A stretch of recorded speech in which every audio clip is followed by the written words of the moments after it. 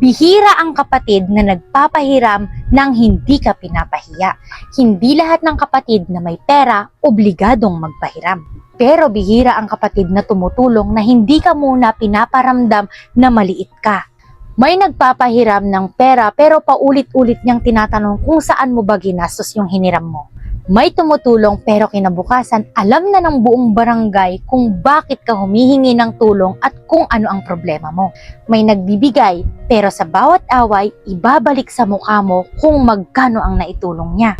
At may kapatid na hindi ka pa man nakakahingi, pinaparamdam na kaagad sa'yo na pabigat ka. Kaya pansin nyo, maraming magkakapatid ang mas pinipili pang humiram sa ibang tao. Kahit may interes, kahit nakakatakot ang singilan, kahit mas mabigat bayaran. Dahil minsan, mas kaya nating tiisin yung dagdag na bayad at interes kaysa sa habang buhay na panunumbat. Pero mayroon din namang kapatid na kakaiba.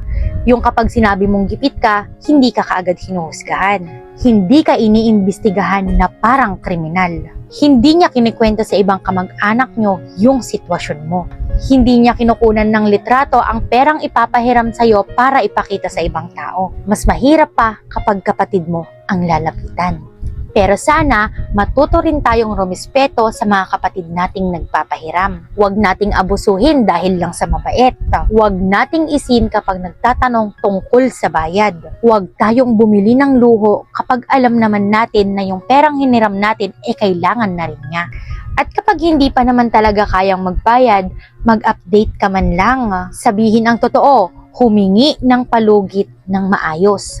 Dahil hindi lang naman pera ang pinahiram sa atin, tiwala rin yun. Baka ipinagpaliban niya yung sarili niyang gusto para makatulong sa atin. Baka budget niya rin yun sa anak niya. Baka emergency fund niya yun. Baka may sarili rin siyang problema na hindi niya sinasabi para unahin tayo. Kaya napakaswerte natin kung may kapatid tayong handang tumulong sa atin nang hindi tayo ipinapahiya. Pero maswerte rin yung kapatid na tumulong kung marunong tayong tumanaw ng utang na loob.